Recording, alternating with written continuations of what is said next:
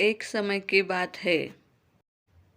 काशी में कई वर्ष साथ रहकर दो पंडितों ने शास्त्र और धर्म का अध्ययन किया। शिक्षा पूरी होने के बाद दोनों विद्वान अपने अपने गांव की ओर चल पड़े। तब यातायात के साधन तो नहीं थे। लोगों को एक स्थान से दूसरे स्थान तक जाने में कई कई दिन लग जाते थे। लोग दिन में चलते थे और रात में विश्राम करते थे। ये दोनों पंडित भी ऐसा ही कर रहे थे। एक बार दोनों नगर के सबसे धनी व्यक्ति के यहाँ ठहरे।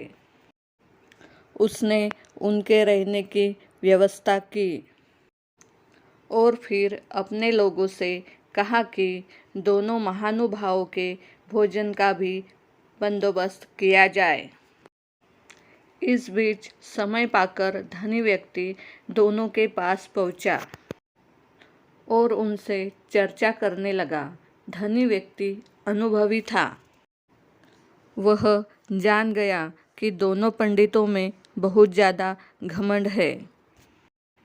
साथ ही दोनों एक दूसरे को मूर्ख समझते हैं। उन्होंने दोनों से अलग अलग बात कर कर एक दूसरे के बारे में भी पूछा। जो जवाब मिले वो धनी व्यक्ति को दुखी कर गए। उसने मन में विचार किया कि ये दोनों काशी जैसी जगह पर वर्षों अध्ययन करके आए हैं, लेकिन एक दूसरे का सम्मान नहीं सीखा। बहरहाल भोजन का समय हो गया।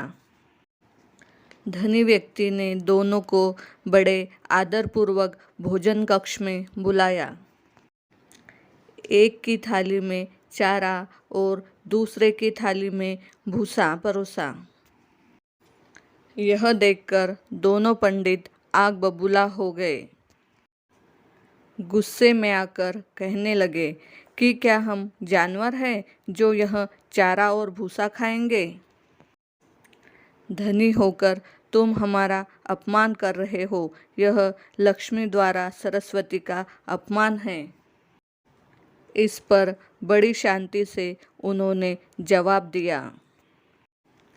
एक को थाली में चारा और दूसरे को भूसा परोसा गया। इसमें मेरा कोई कसूर नहीं है। जब मैंने आप में से एक से दूसरे के बारे में पूछा था तो उसने कहा था कि वह तो बैल है। वही दूसरे से पहले के बारे में पूछा तो उसने कहा था कि वह गधा है। आप दोनों ने ही एक दूसरे को बैल और गधा बताया, तो मैंने उसी हिसाब से चारा और भूसा थाली में परोस दिया। इतना सुनते ही दोनों ज्ञानियों की आंखें खुल चुकी थी। उन्हें अपनी गलती का एहसास हो गया था।